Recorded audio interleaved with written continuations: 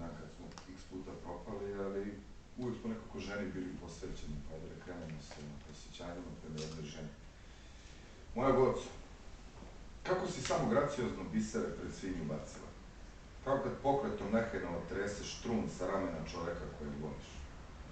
Kako si samo osmehom obesmislila ružnu misao i raspršila gnusnu laž? Kao kad sa dana duneš u novi život, univerzum polenom slača.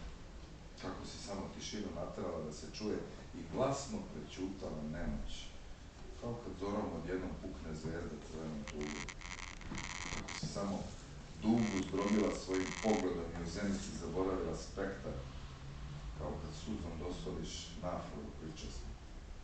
Kako si samo san pretvorila u javu svojom senkom u vreme kad isto postaje reka, a pritoka ušće. Kao kad u ruku ti padne najlepša jabuka koja je samo tren pre toga bila nedostižna na vrhu grane. Kako si samo ramenom golim jednim pramenom kose na njemu dala do znanja da si nedostižna i dosadna.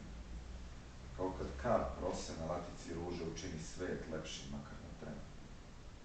Kako si samo prstom odapela strelu i njome probola srce nacrtalo na prašini roditeljskog kredenca, kao kad vrapci pokljucaju mrvice hleba na simsu bolničkog prozora. Kako si samo štiklom svoje crne salonke povukla crvenu liniju koja graniči smrt i život.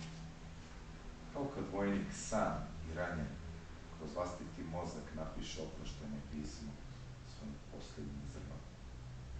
I kako samo danas stojiš nad tom izrovanom zemljom i ne mogu ti ništa, ni govori, kao kad umre neko koga si volela više od svega rečenog